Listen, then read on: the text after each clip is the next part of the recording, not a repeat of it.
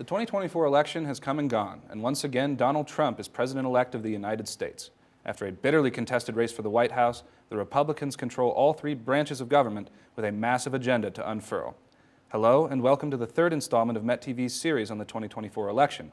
I'm Alex Petrich, and once again, I am joined by the chair of the Political Science Department here at MSU, Dr. Robert Preuhs. Thank you for joining me. Oh, thanks for having me again. Going into election night, the word that I consistently remember being brought up was toss-up, and how people were thinking it was going to be neck and neck, decided by a single state, whether that state was Wisconsin or Pennsylvania. But that gamut of swing states, whether it be Georgia, North Carolina, Pennsylvania, Michigan, Wisconsin, Nevada, Arizona, Trump won all of them. He did. And this was the first general election for president in 20 years that the Republicans had won the popular vote, the last being George Bush in 2004. And what sort of broadly, what precipitated the general shift to the right that we saw there and this rejection of Vice President Harris? Okay, so yeah, and let me think about this in a couple of ways. I mean, one is we may pull back a little bit on this overwhelming win side. I mean, a couple of points to make. One is, we did expect a toss-up, so going either way is not surprising. Two, that if we look at these polls of polls, the larger aggregate polls, they had Harris either up by 0.1 or Trump by up 0.1 going into that race, and they're essentially a dead even tie, which means that half the time we're going to get one president to win or one other candidate to lose. So, in the overall polls, right, what we're looking at right now, I think this morning I checked it out, it was, the polls were Trump, if you had multi-candidate polls, Trump was up by 0.1. If you had just Trump versus Harris, Harris was up by 0.1, essentially a tie in the polling going forward, going into the election. And then in terms of the popular vote, we're looking at right now, I think it was 50.1%, right, for Trump. And Harris was like 48.3%. So still kind of within that 2 percentage points. So it was close. I don't know if we ought to fundamentally be thrown by the fact that it was close. And then it happened to be really close in a number of these states, right? In a few states, we got it wrong. Certainly Arizona went much more Republican or much more in favor of Trump than we expected. And all of them did, right, kind of move towards the Trump side. So, as a political scientist who uses polling a lot, I'm always hesitant to kind of push back. I mean, look, it would be better if we could get that down to being exactly 0.1%, and that's exactly what the outcome is, and so therefore they're right. That's a standard that we're never going to meet in modern polling. But then the other question, and this is the bigger one, what happened? And I think a number of things. I mean, I guess when you look at why the party in power loses power, and that's really what we saw with Kamala Harris. There's some really usual fundamentals that happen, right? People look at the economy, which had been the top priority of voters across the board throughout the election process. And, while inflation had subsided to some extent, folks were still looking at relatively high prices. Over the last 4 or 5 years, they haven't seen their wages rise as much as those prices. People are still concerned. I think we had an influx, right, the last couple of years of immigrants from South America. That visible nature of it kind of spurred particularly Republican voters to get out and to vote. And you can tie just about anything, right, particularly with a vice presidential candidate, to that incumbent party. And that's a tough hurdle to overcome. I'd also point out that, Harris actually really did change the nature of that race. I mean, we went from, I think it would have been a blowout if Biden was still running. So we went from, a Biden or a Democratic deficit, maybe 4 or 5 percentage points to pretty much even, and that's what we got in the results of the election. So I'm not so sure we moved fundamentally to the right or the left. I mean, it was at the margins. Those margins all lined up across all of these swing states, and you end up with a win for the Republican or the opposition party. And on top of that, I think one of the things to note is that win really isn't all that huge in terms of lots of elements, right? When they're at the margins, whether it's the House of Representatives or the U.S. Senate, they all just kind of fell in line for the president for a lot of these fundamental reasons. And then there's all kinds of candidate particular reasons too, right? Folks forgot about, you have a myopic view of previous terms, and so some time heals some of those concerns or gets rid of some of those concerns. And so folks have a better perception of President Trump's presidency than they did right after his presidency. And I think kind of the same thing in terms of particulars of candidates for Kamala Harris. She had to deal with some traditional hurdles of racism and sexism in this country, some messaging elements that missed the mark, and we can talk a little bit more about that too.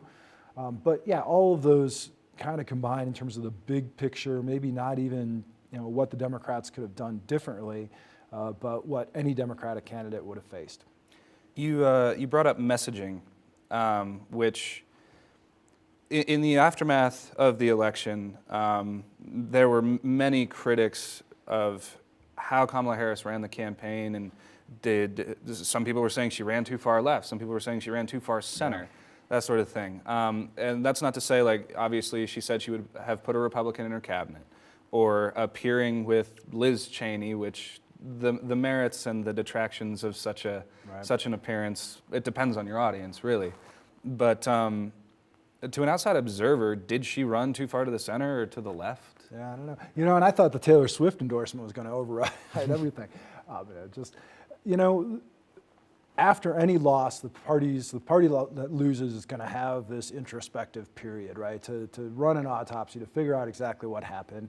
And Democrats are a pretty broad coalition, and what they tend to do, as a good colleague of mine, a friend and colleague of mine, notes, is they tend to circle, get in a circle and fire at each other. And I think we're kind of seeing that right now.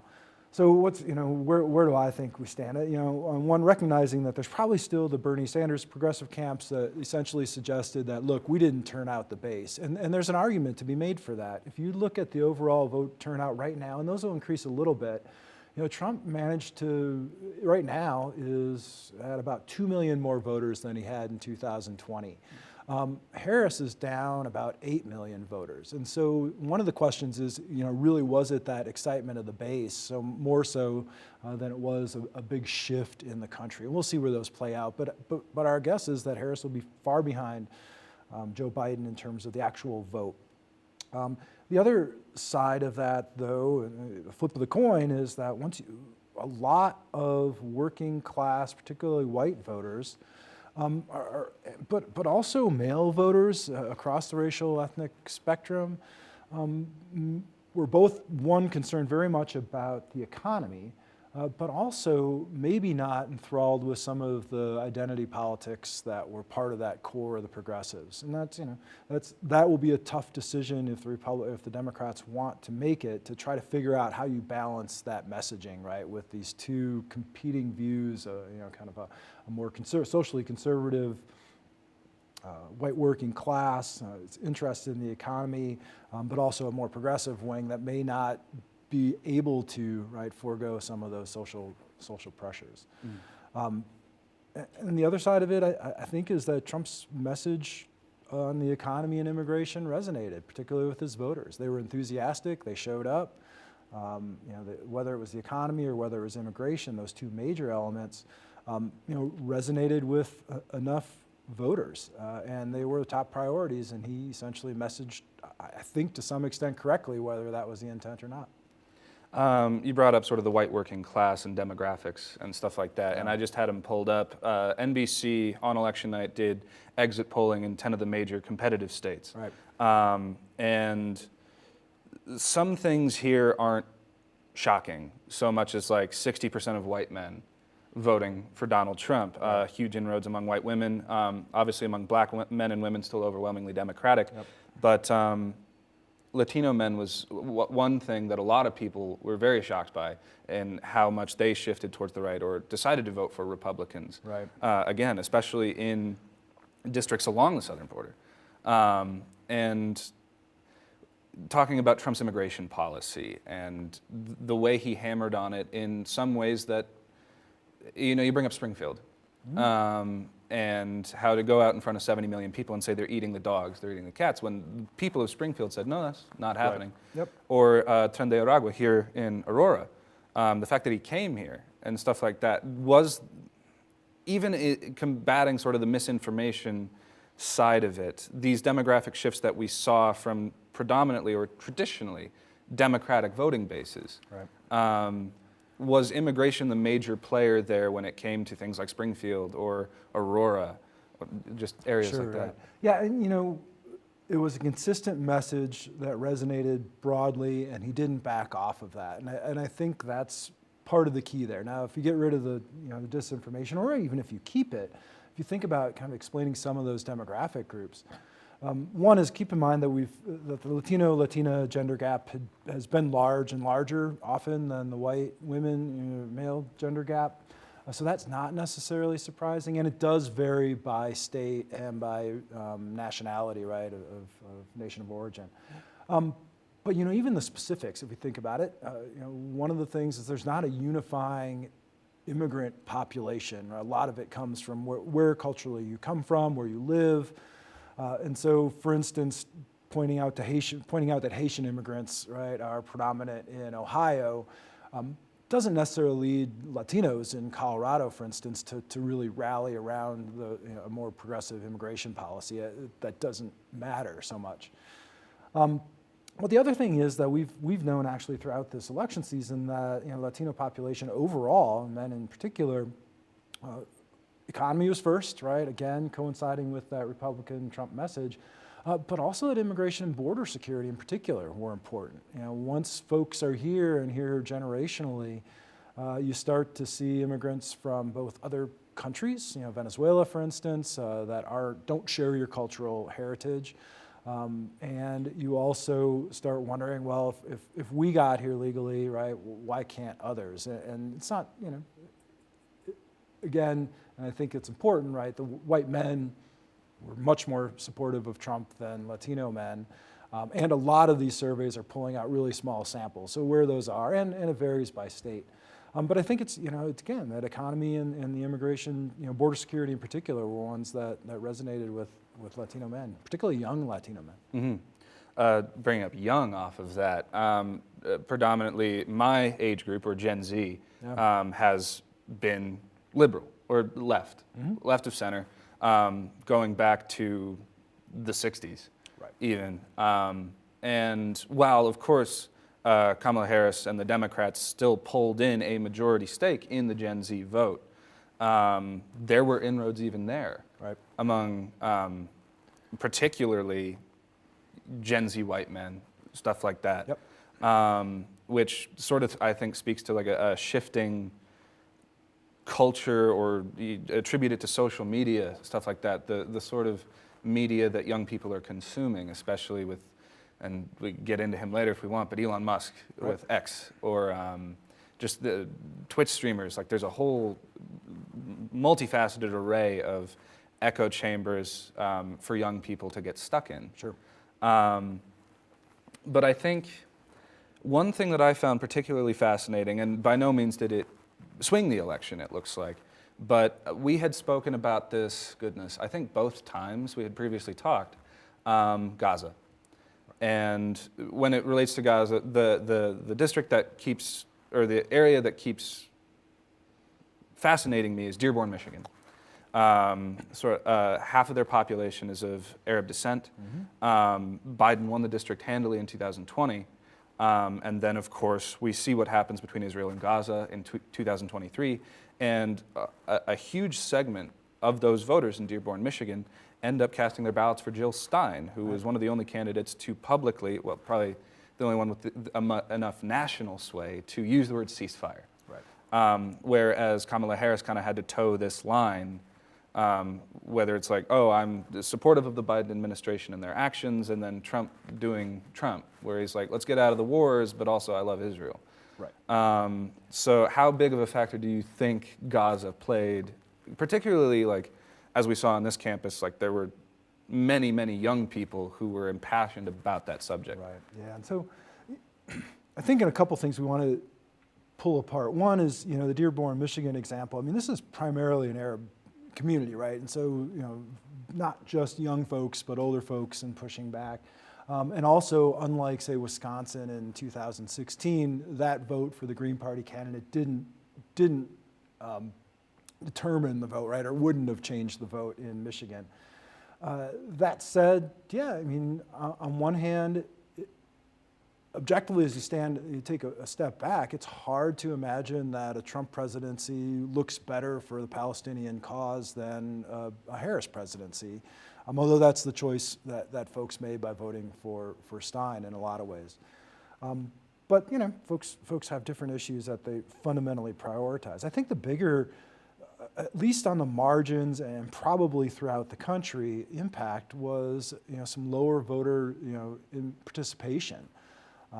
When we take a look at voter participation here in Colorado, but also nationally, it's down from what it was in 2020, and part of that is a pandemic, but in Colorado we had the same voting system. I mean, nothing really changed here in terms of how we vote and participate. And slightly lower, actually, I think, from the numbers I've seen in 2016. So, where are those voters? A lot of those voters were Democrats that didn't turn out. A lot of those Democrats were young voters, and then trying to figure out exactly how much of the Gaza issue played in that, I don't know. I'll tell you just from our kind of informal interactions with a lot of students over the course of this semester through our Ask a Professor series. We interacted with about 500. There were very few, if any, actually, discussions of the Gaza-Palestinian conflict, just even arising tangentially, because we didn't really have a specific issue on that. But I'm not so sure that it's that particular issue, at least here in Colorado and nationally, or if it's just a general sense that the parties are distant from the young voters, right? And that can include two things. One, it can include kind of hangover from the Biden age issue, and you just, as vice president, you just can't escape that as much. But it also can just be a kind of a shaking your head, right? Of this, none of this is going to matter, and how ridiculous it is. I'm not sure where that is. We're going to have to wait for some better data on that. So the youth vote turning out, I think, is going to be important. That's one aspect. That might explain some of the outcomes. But the other side of it is, you're right. I think Donald Trump did a good job of feeding a social media environment that appeals to young voters, and particularly young men. Not the ones you mentioned, but also Joe Rogan, and those are pretty high profile folks that appeal to that demographic, and then reinforce, right, both the normalcy, right, of a Trump presidency, which I guess after 2 terms we can't really say it's not normal in American politics anymore, but also excites folks, right? And once you get that sense of what's going on and everybody else is sharing your opinion, you tend to be okay to get out and vote. Sort of more in regards to that. Comparing the numbers at which white voters turned out for Trump compared to, say, 12 years ago, Obama's last re-election, right. Major shifts, right. In white voters. And that's indicative of a larger trend that no matter which way you slice it, it's like, oh, we don't want like a homogenous block of voters no matter what. Right.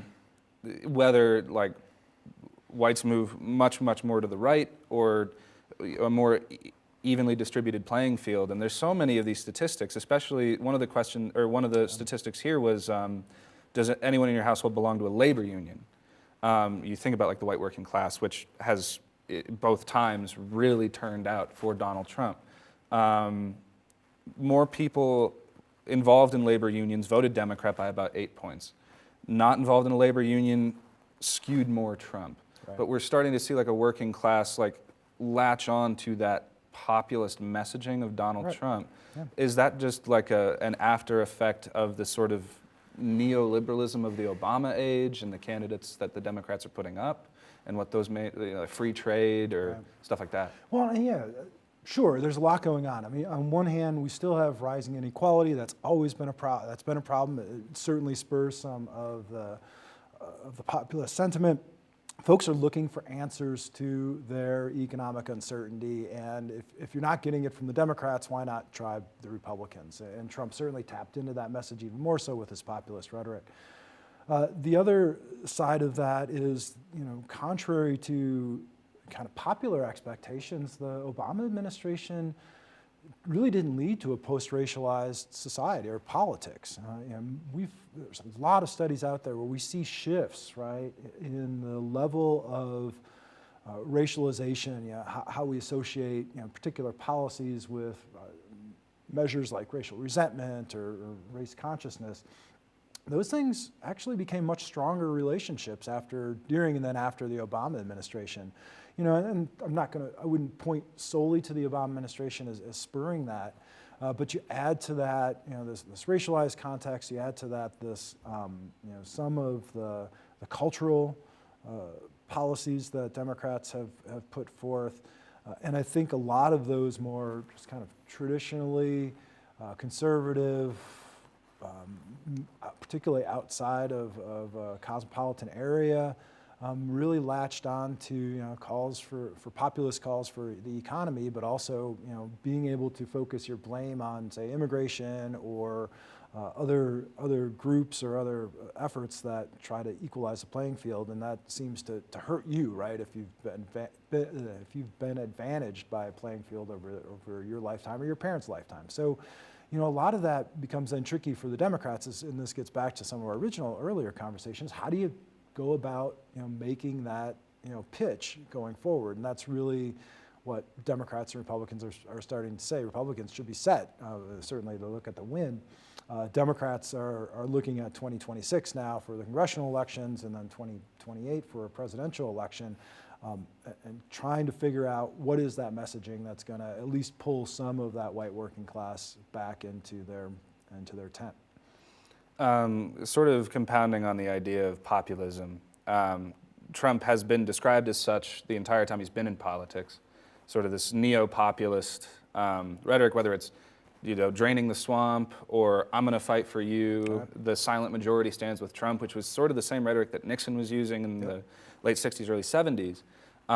So there is Trump, the populist candidate, and then there is Trump, the governor. There is Trump, the president. And what we're seeing as his cabinet shapes up and that sort of thing is that he's going to govern just like a Republican. But talking about that whole thing of the economy, people look back at the Biden years and they saw rising inflation, especially back in 2022 when gas was $5 a gallon and, Big Mac is $7 or whatever, that sort of thing. And it's upsetting because for a majority of middle Americans, that's what's familiar to you and you see that changing and that sort of thing. Trump's main economic sort of wedge that he is campaigning on is the tariffs, which economists have described as a bad idea, to put it lightly. Was that just a really good spin job from the Trump campaign to mute this sort of economist prediction? Were people not paying attention? It's like if he imposes a 20% tariff on things coming into the country, things are going to get way worse. Like, why are we not discussing that more when people say, like, oh, Trump's going to fix the economy? Yeah, and the economy's complex, I guess, is one thing. So asking voters to really understand what the implications for all these things are is probably a lot.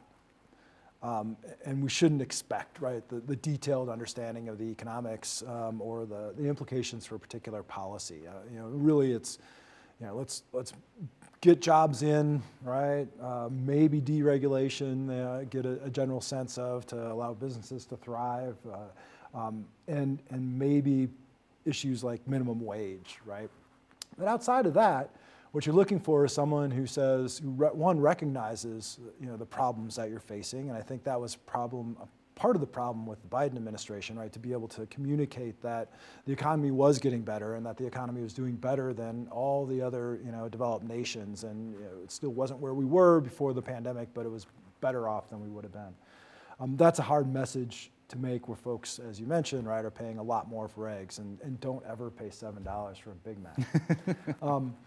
There's better deals. Mm-hmm. So, one, it's hard to get that message out, particularly in a complex policy realm. But the other side is, tariffs can seem appealing, right? I mean, all of a sudden you tax something else, right? You're going to make it more expensive for other countries to bring in their stuff, and that means, of course, that we'll magically build some manufacturing facilities and create new jobs here. And to boot, we can pay for, eliminate maybe income taxes, right, by charging these tariffs. That messaging on its face is probably appealing to a lot of folks. But again, right, only appealing to about 50% of voters, not 75. The reality, on the other hand, is that tariffs are complex and problematic in a lot of ways, right? I mean, these are tariffs that essentially international manufacturers pay. That just drives up the price of their goods. Countries that are subjects of tariffs are free to do things to counter those tariffs and often impose tariffs on the goods that we send them. So we end up with this trade war that spirals into upward prices and inflation. The only people that really end up paying for that are consumers, right? That we have to pay more for our socks or our T-shirts or whatever we get from different countries. So those long-term consequences are often hard to see, particularly if the rhetoric is focused on helping out Americans, voters. And to counter that rhetoric is hard too, because you have to explain these downstream effects that most voters just don't need to hear or don't have the time, right? Or I wouldn't say capacity, but just don't have the time, right, to think through too much. So yeah, I mean, I think the rhetoric of that campaign promise, worked fairly well.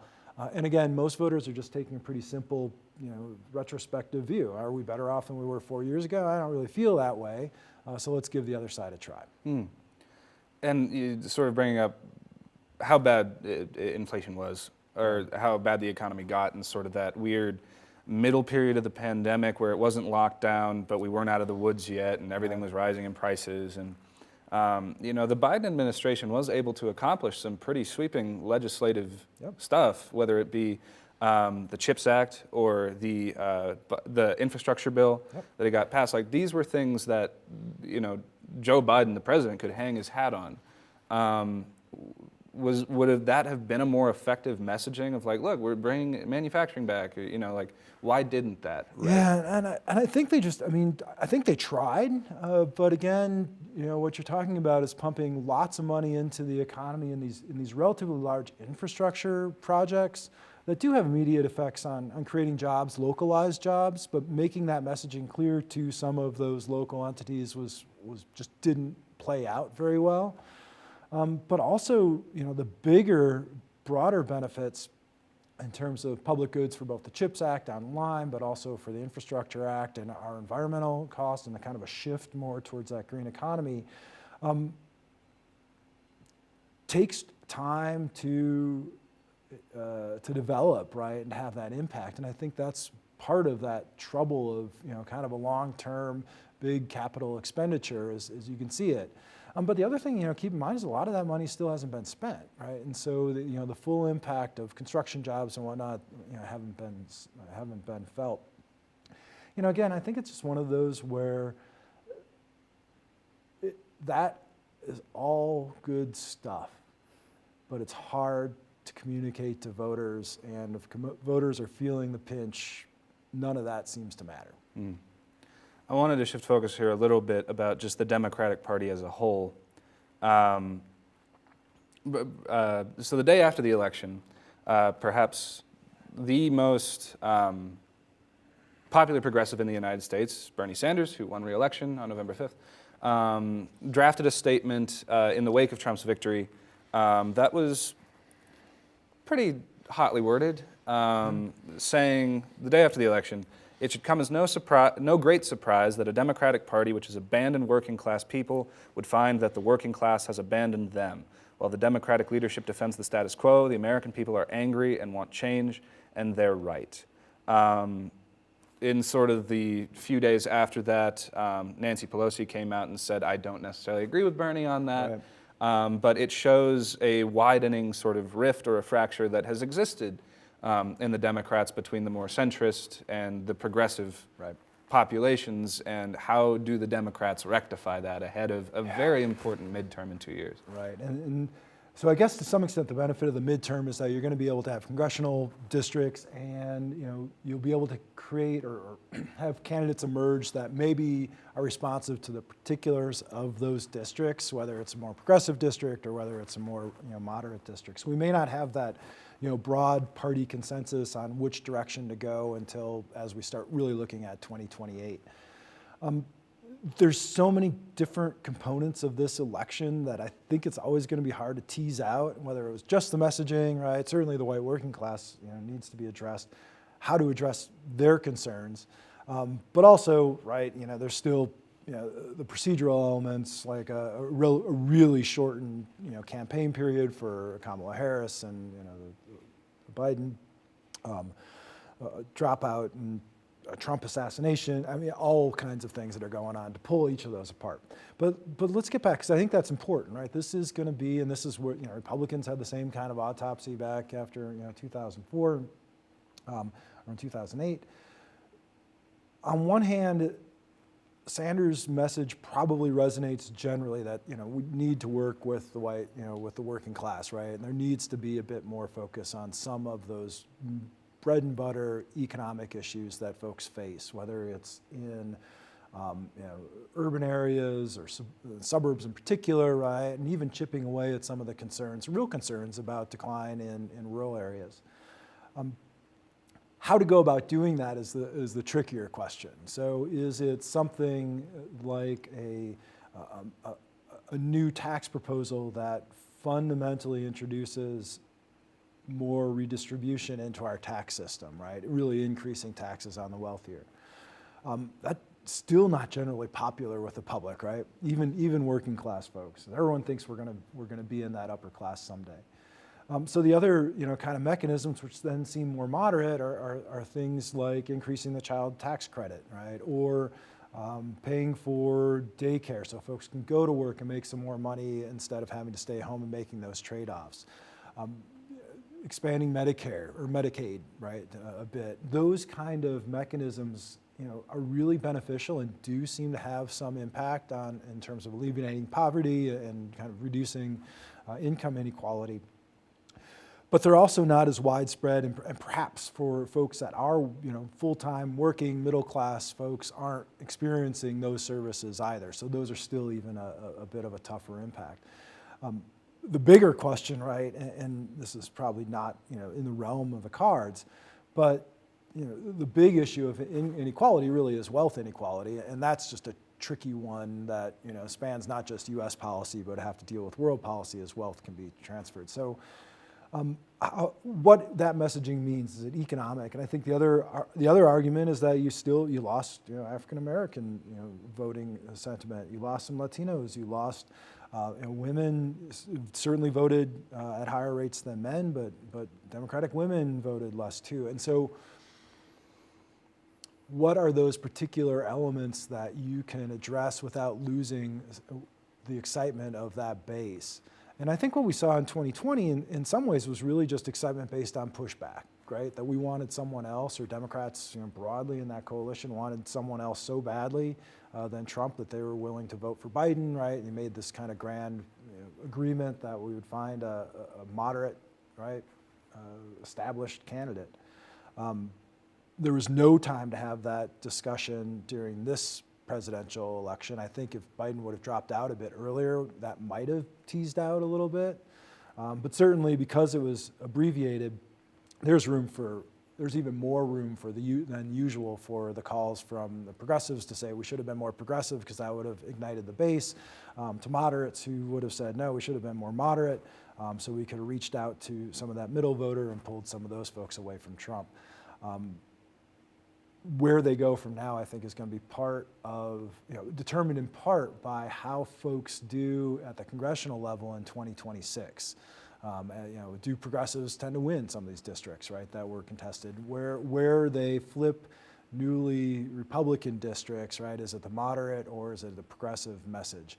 But we won't really know until we test it in an election. It seems to me that it's going to be somewhat of a Gordian knot for the Democrats, just this, because they like to call themselves the party of the big tent. Yep. And, at least at face value, they care about social issues that Republicans might completely throw to the side, whether it be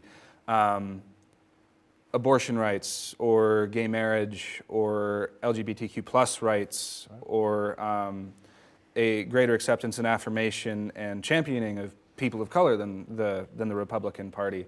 And there's still that level of the white working class that you're desperately trying to hang on to, but when you still are a big tent, they'll call it woke or something. Right. And how do you, maintaining that balance where it's like, well, we're still working for everybody here. Right. And that's hard. The Democratic coalition is big. It's been described to some extent as, by some as a broad coalition of demanders, and not in a bad way, but just saying, look, we have our rights, we want this, we need to move forward on our policies, and as a broad coalition, you're willing to do that with these trade-offs, so we'll accommodate everybody. The problem is, that Republican bloc and middle class bloc that is maybe pushing back against that or hesitant, right, to move forward. Historically, more Democrats have been registered in this country across the board than Republicans. Part of that, then doesn't make sense when we look at the Electoral College map, but these are urban areas mostly. But part of the winning coalition, and this is the reality, but also a decision that I don't know if the Democrats need to make or will make, but the reality of the Democratic stronghold, say in Congress from the 1940s up through the 1960s, 70s, 80s, was they made a deal with Southern Democrats to not push civil rights all that strongly. That was a deal with the devil. It certainly had serious repercussions, particularly throughout the 1960s for African Americans in the South, but also nationally.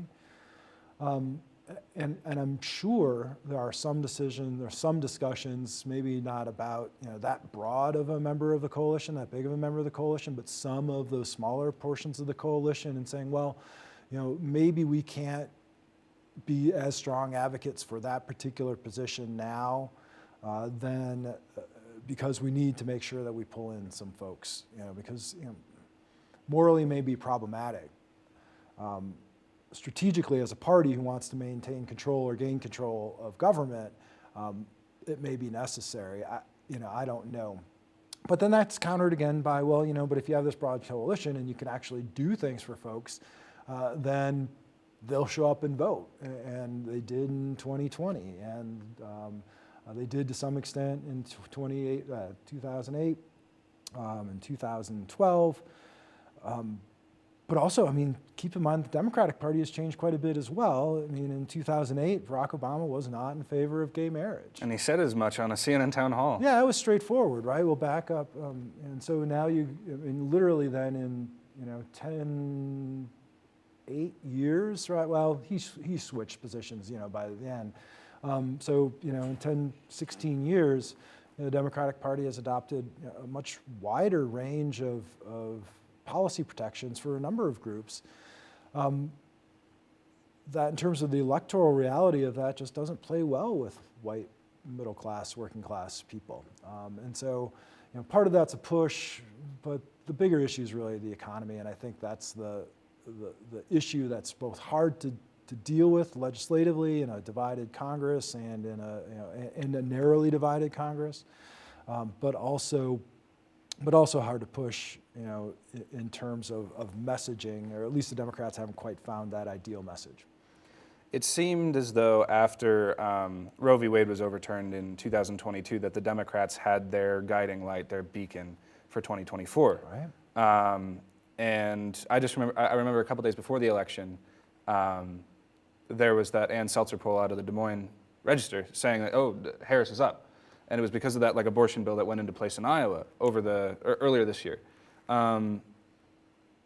was there more room to be capitalized on the abortion issue? Because it seems, as you bring out, like Democratic women voted in lower numbers or something like that. Like the voting numbers were down across the board and stuff like that. Yeah. But for something like a woman's right to choose, which was a federally protected right for 40, 50 years. I mean, Roe v. Wade was ratified in the 70s. How is it that that was not sort of the beacon that the Democrats were going to rally around? Yeah, and and I'll echo that anticipation of rallying around it here in Colorado. I mean, the idea was that abortion. Several folks that were on the pro 79 side were that abortion 79, right? Mm-hmm. That abortion was going to be the thing that'll get people to turn out, and the thing, for instance, that will help preserve the 8th congressional district for the Democrats. A couple of items that we might want to consider. One is that that gender gap in abortion rights isn't all that great. That men and women tend to have, in terms of the split, relatively similar preferences. So it is at a higher concern, right, for women, and tend to vote more on that issue, but not exclusively. And it's not clear that gender gap really played out. Sure. I think the other interesting part about that decision is that it didn't impose a ban on abortion, but it reverted the authority down to the states. In doing so, conservative states with conservative women maintained or adopted abortion bans. Right, it went that way. If you're pro-choice, if you need abortion in that state, it's not good for you. But the politics there kind of move that. States like Colorado, we had won our legislature. Democrats in the legislature anticipated something, right? Put statutory protections in. So the sense that Colorado abortion policy was going to change because of this election wasn't clearly there. Right? And we had an opportunity to actually codify this and codify abortion rights in our Constitution. So I think those elements tend to complicate that clear path to going out to vote. And I think if there was a clear plank, and Trump he's been a moving target in terms of abortion policy. Right? He's shifted it and changed. So if there was a clear indication that if this person gets elected, we will have a national abortion ban, then I think you would have seen a bit more, right, turnout. On the other hand, or enthusiasm probably against that candidate. On the other hand, it wasn't quite clear. The messaging was certainly there, and there's certainly reason to be concerned as we're going to see another 4 years of potential, maybe 1, maybe 2 Supreme Court nominee shifts, which may be a bigger concern for Democrats at this point. But yeah, it just didn't fly. And I think it didn't fly because we have this federal system and states vary quite a bit. And a lot of folks live in states where, like Colorado, where abortion policy looks an awful lot like it did before Roe v. Wade was overturned. I wanted to ask just 1 or 2 more things about the national level, Sure. and then we'll move into state. But we had talked earlier about Nancy Pelosi. And one of the other things, she gave an interview to a reporter from the New York Times, and said some stuff that was interesting given how the Democratic nomination process played out. Saying, quote, "Had the president gotten out sooner, there may have been other candidates in the race. The anticipation was that if the president were to step aside, that there would be an open primary," which shows that perhaps they weren't on the same page in that, because I remember the day that he dropped out. Immediately within 10 minutes, he endorses Harris, and therefore sets the trajectory right. for her being the nominee. But that's one of the things where, you could say hindsight's 20/20 every time. Yeah. And granted, Biden staying in the race so long, given how bad that debate performance on CNN was, that eroded public trust even more than had already been there for Joe Biden. Yeah. But would we be living in a different world had there been an open primary? Let's say he doesn't even do the debate, he just drops out in June or something like that. Well, we would have had a different primary process, right, and lead up to the campaign. One of the things that the Democratic Party was trading off, and again, I think you can point to Joe Biden's just hanging on there for a while, and in anticipation, frankly, of a lot of Democrats after 2020 was that this would be a one-term president, and the rhetoric from Biden at the time was, I'll be a transition president. So maybe surprising that he hung on as long as he did. But that really made a logistic nightmare for the Democratic Party. On one hand, yeah, an open primary would have allowed for some more folks to come in. Folks were hanging out in the background, and certainly there were folks that wanted to run, but didn't because Joe Biden hadn't dropped out. And you don't. Number one rule is you don't really want to push the sitting incumbent president from your party out. And you might have had a better sense of vetting, right? A sense from the Democrats, both the party itself, but also the candidates of whose messaging is resonating more broadly. But you also have the danger of, coming to a relatively a candidate that appeals to the base of the Democratic Party, but not broadly to the public, because you still have this, you have an open primary and that number of candidates could do it, but in terms of the actual logistics of getting, delegates who had already been selected to determine, these are folks that are partisans, and they're often different in terms of their views than the general public. So I don't know what kind of candidate we necessarily would have had. I know that you would have had even less time to establish who the leader, who the candidate was going to be, to get some of that messaging out. To easily transfer some of the funds and resources from the one candidate or another. So all those were the arguments for rallying around a particular candidate, and then specifically Harris early on. So I don't know. Yeah, I think this is a hindsight in 2020 issue. What I do agree with is that if Biden would have dropped out earlier, we would have had a more robust, the Democrats would have had a more robust primary process, and maybe some of the debate about what's going on, would subside.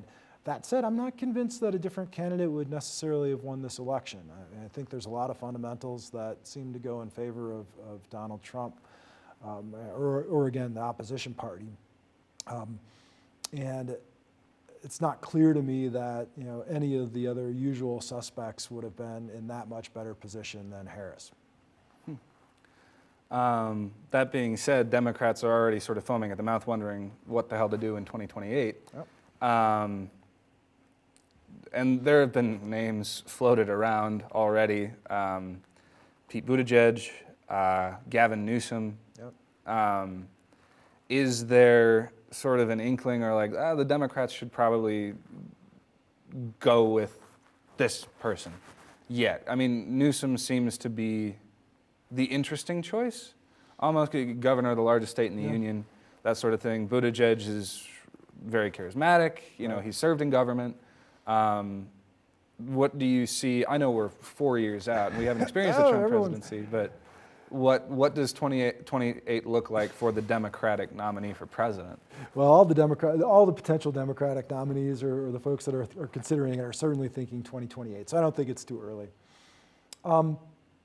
I think part of that's going to play out in terms of what the Democrats start to think about as they evolve, and they're thinking about what the autopsy was for 2024, right? Which kind of candidate is going to be able to appeal to, one, is it an issue of mobilizing your base? Was that the issue, or is it an issue of expanding, kind of your appeal? And in close elections, and I don't see a fundamental shift in the reality that this country is going to be split pretty evenly. Those kind of calculations are still going to dominate. I don't know if there's an overwhelming consensus within the Democrats. All of those have interesting kind of characteristics. On one hand, you have a Newsom, but he also is going to have the California baggage, and that may not play off in the middle of America, which may be an issue. And it may not be enough to mobilize that progressive base either.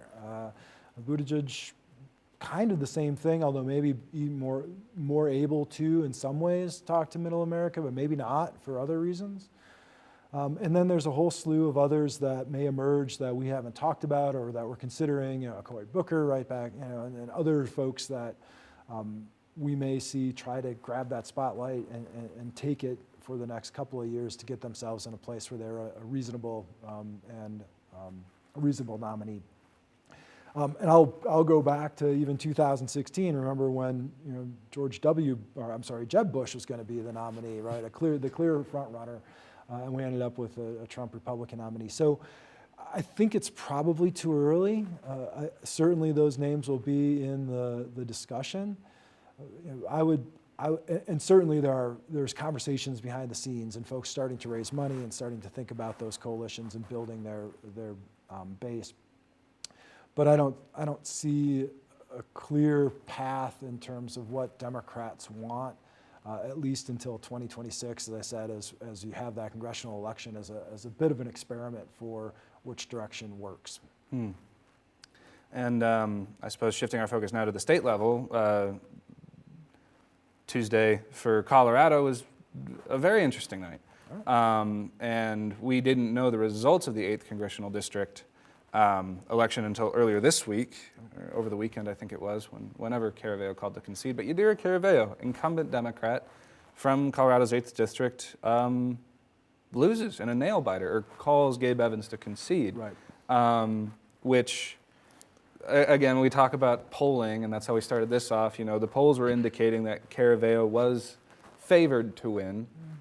But, you know, the 8th Congressional District is just sort of a broad swath of districts going from Greeley to Commerce City. You know, rural white vote, heavy Hispanic vote in Commerce City, Thornton, North Glen, Fort Lupton, like a huge variety of areas. How can we attribute Caraveo's loss to Gabe Evans? Well, you know, I think a couple of things. One is we got in the 8th Congressional District what we wanted as voters when we passed a new redistricting reform measure in 2018. And one of the mandates was to create competitive districts, and that's what we did in that district. As an aside, we also got 2 Latino candidates, which was another part of creating a Latino influence district. But that district's tricky. You know, it's drawn there partly because of the population growth, so it made sense. But as you said, it's also a very polarized district, right? You have Weld County, you have parts of Adams County, and kind of pulling up there, which is more suburban. And so, as a polarized county, we know where the Republicans and Democrats are going to vote, and that's the basis for that, drawing that competitive line. And then unaffiliateds are going to tend to vote along that kind of ratio, so still pretty evenly split. And then it gets back down to some of these particulars in terms of messaging. And Gabe Evans, well, initially and for a good chunk of his campaign, tried to distance himself from Donald Trump, and Caraveo tried to distance herself from Harris and the Biden campaign, or Harris and Biden administration. In doing so, both of them then ended up attacking each other on fairly familiar grounds. I think that that overall messaging that allowed Donald Trump to pull out nationally in that 2 percentage point range, and probably, and you remember, the other point to note, in Colorado, Donald Trump gained on his 2020 numbers. He lost, or I'm sorry, Biden won by 13.5 percentage points in 2020. We're looking at about 10 or 11 percentage points for the Harris support. So I think all those structural national factors just happen to play in Gabe Evans, to Gabe Evans' favor. It may have been anticipated to hurt Gabe Evans for Donald Trump's visit to Aurora earlier this year. But maybe it helped. He ended up, being on the stage, and that might be another kind of trigger or cue for his supporters to back up Donald Trump. I haven't seen the numbers. I'd be curious to see what the Trump support was in the 8th Congressional District to see if that, if Gabe Evans ran ahead or behind Donald Trump. I'm just not sure. I'll put a graphic in after I edit this to show what those numbers are looking like. Well, and it's on a side of the whole thing. I mean, that win for Republicans makes Lauren Boebert look really strategically wise, right? And so, were we going to talk about that? I think it's sure we can talk. I think it's interesting, right? Because we're a blue state. We have majority support, and the Democrats control the majority of the House, the state House, and the state legislature, and the governor's office, all statewide offices. But our congressional district next year will be split 50-50, right? 4 Democrats, 4 Republicans. Lauren Boebert was may have lost, probably would have lost. That was the writing on the wall that she saw in the 3rd Congressional District. Took an unprecedented move in that you move from a district where you're a sitting member of Congress to an open seat within the same state, carpetbagging by any other, in any other era, wins that primary nomination, allows for a less contentious Republican to win in the 3rd Congressional District. Because the 4th Congressional District's pretty solidly Republican, wins the primary and then wins, election there, and she'll have that seat probably for as long as she wants.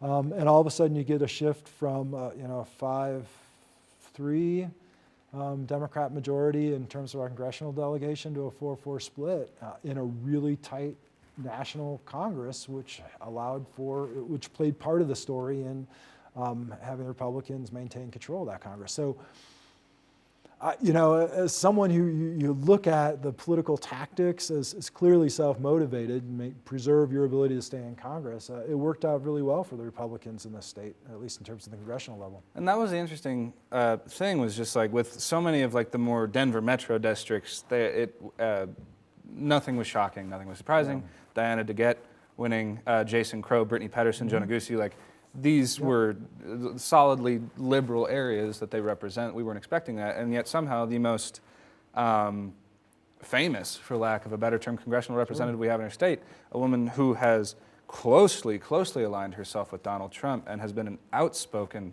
member of Congress in her time there, is Republican Lauren Boebert. And not endorsed by Ken Buck, who was the earlier holder of that seat, and early in his career, and throughout his career, considered one of the more conservative members of the Colorado delegation. So, yeah, I mean, it's pretty remarkable in that way. And if you add to that the outcome in the 8th Congressional District, it does change the nature of our congressional representation. Does that do? You also bring up how much Harris won the state as compared to Biden in 2020, right. And just these sort of shifting demographics where it's like, oh, it's 4-4 now. Does that say anything about the shifting demographics or political thinking of Coloradans as a whole? I mean, we are a fairly liberal state. I mean, having codified abortion rights into the state constitution, right. And oh goodness, what was it? Amendment J, removing. Granted, it had no legal precedent, but saying only a man and a woman can get married. That won by 64%. Like. Yep, and it wasn't. I mean, it was a long time ago for many. It was 30 years ago where we were the hate state, right? And really, and passed this amendment in the first place. I don't know if I'm going to see. I would say that we're still a pretty solidly blue state. I think what happened in the 8th Congressional District and that is interesting. Lauren Boebert's move kind of worked in her advantage and worked for the Republicans' advantage. I'm not sure that we would have seen that necessarily otherwise. And yes, you see all of these kind of elements pass. On the other hand, it's Colorado, and so there's some pullback. There's a little bit of conservatism that we saw. For instance, we didn't ban bobcat and lynx hunting, and even in Denver, right, we didn't ban fur sales or what have you. So I think there's always going to be a little bit of that individualistic streak in Coloradans. That's going to always pull a little bit back, but for the most part, I think we followed the national trends. Overall, we had a little bit less support for Harris than we did in 2020, a little bit more than we did for Clinton, I believe, in 2016, and so we're still kind of right there. Democrats still control the legislature, but and so in a lot of ways, I don't know if we saw a lot of change, but we need to recognize that depending on which party you are and who wins or loses, things like competitive districts can have outcomes that that are magnified because of the margins. And that, we talk about Clinton's. It was just something I was rewatching the 2016 election night, and they had the big board with all the battleground states on it, and Colorado was one of them in 2016, and just how far, like, considering we went for Obama both times and ended up going for Clinton and Biden and Harris now, that we're still like, we can never get rid of the purple moniker as some other states have. Yeah, it doesn't, I mean, I think for the most part, so I've been around for all of those in Colorado.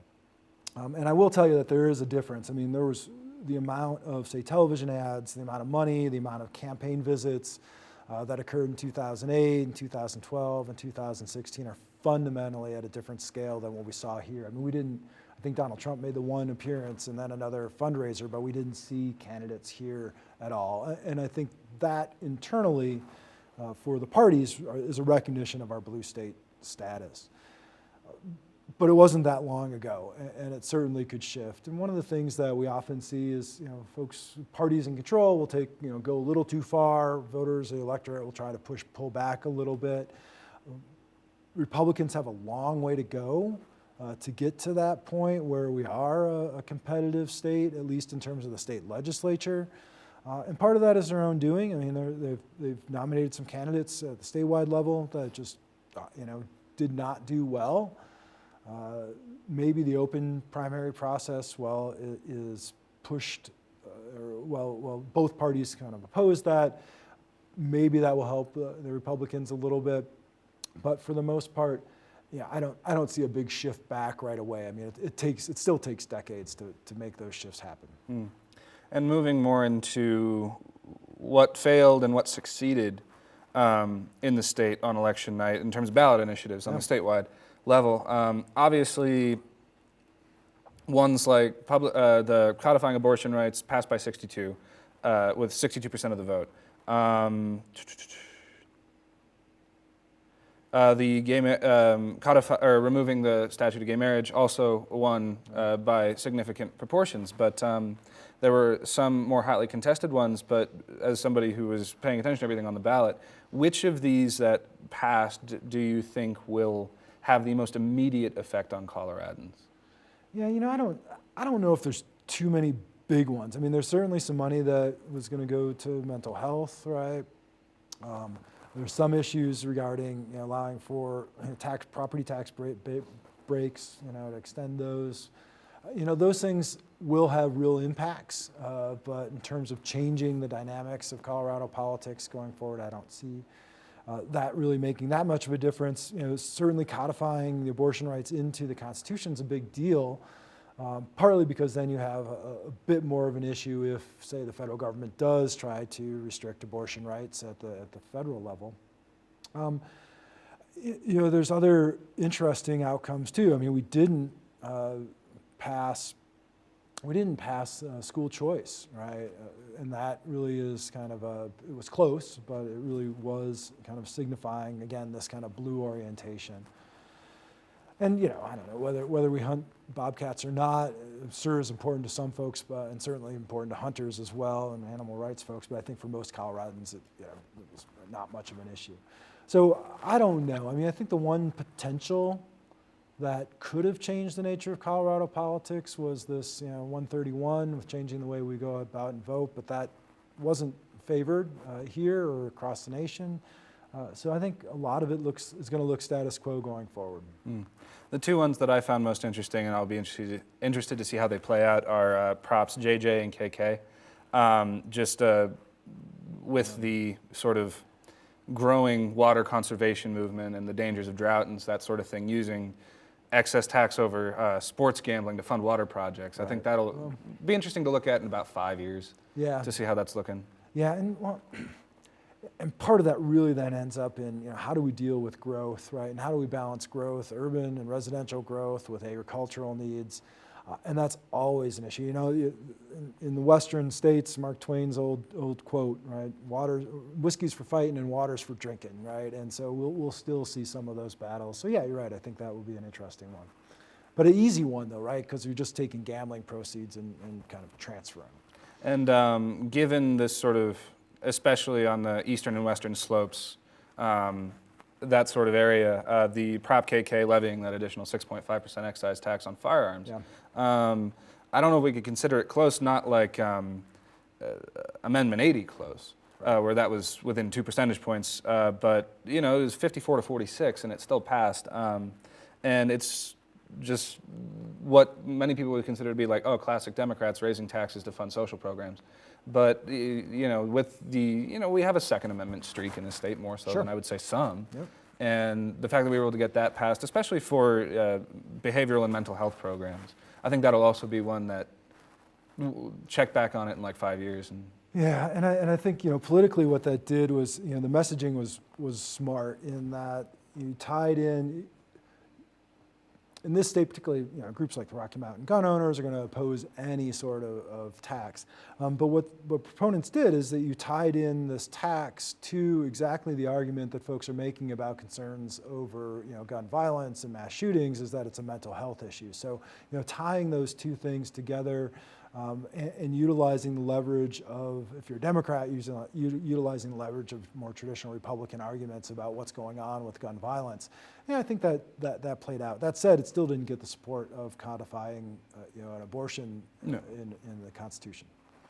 And I wanted to wrap up here, and I wanted to ask, so in the lead up to the 2024 election, you hosted the Ask a Professor series, and earlier you had just discussed how you had talked with over 500 students about their concerns and what they were most interested in when it came to the election process and being civically engaged. And now that we're in sort of the aftermath of the election, or like the stage is set for the next era, what were the biggest takeaways you had from students on this campus and from young people in general when talking with them about politics? Yeah, and so one is that it wasn't me only out there. I had a lot of great faculty that volunteered their time and to talk to students, and they're fantastic.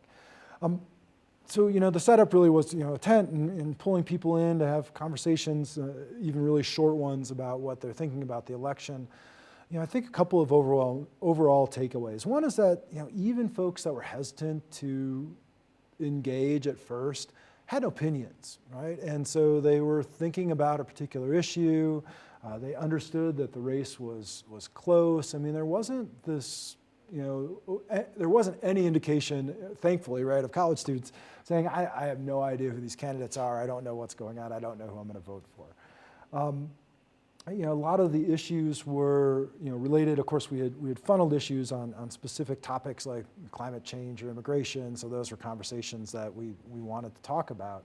But generally, folks were reflected in a lot of ways the nation, right? Many folks were very passionate one way or the other in terms of who should win, who and why. Others were maybe a bit more ambivalent in terms of the degree to which the political system serves them, right? And wondering, why can't we have an alternative than the two candidates that we have? And I think that actually makes a lot of sense. The other side is that I was surprised by the degree to which, really literally pulling folks in and offering them a Red Bull to have a conversation.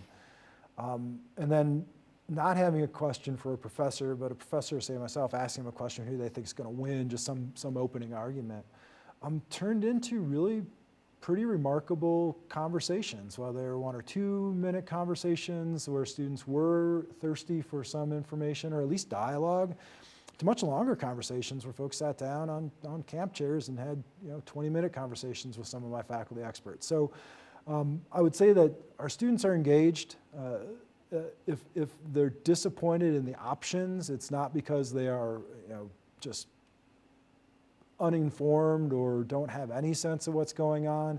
It's because they've looked at the options and they'd like something else. But mostly, I think what I took away from it is that both MSU Denver students, and of course we talked to students from across the other institutions as well, pretty fantastic set of folks. And one of the other things is that one of the concerns early on was, how do we deal with conflict? And we actually didn't have much conflict. When you have those conversations that are friendly and open to start with, objective to some extent, recognizing where people come from and meeting them where they are, you can avoid some of that just strong conflictual discussions and discourse. There was no shouting. We didn't have to call the cops for anybody. There was a pretty pleasant experience, I think, for most of the students, and certainly from the faculty that participated as well. Is there anything else you'd like to add? I think one of the things going forward to keep in mind is, and I was telling folks I sent an email to my students early on too. It's like, look, the election's close. Expect it to go either way. Prepare yourself for that mentally, and then recognize that half of this country probably disagrees with you in terms of who the president should be. And I think that same kind of thing still goes forward. Not that people should not be alarmed, and certainly folks can take some time to deal with the emotional aspect of this, both the lead up to an election and then potentially, I suppose, the disappointment, more so than the enthusiasm of a supporter of Trump. But to recognize that we're a diverse country politically, folks disagree with you. If you want to move forward, well, you need to actually move forward. You can do that in constructive ways. You can volunteer for campaigns. You can engage. You can take classes that help you become more knowledgeable. And you can engage in the political system, because one of the things that we don't want in our democracy, the democracies can fall for lots of reasons, and we may see some of those as we go forward in this administration, certainly concerns. But the big reason democracies fail is because the voters and the citizens themselves let that happen. And so, wherever you fall on that political spectrum and in terms of that outcome, I think I'd encourage people to continue to take advantage of the right to vote and participate in a free and fair democratic system. Dr. Preuhs, thank you very much. Thank you.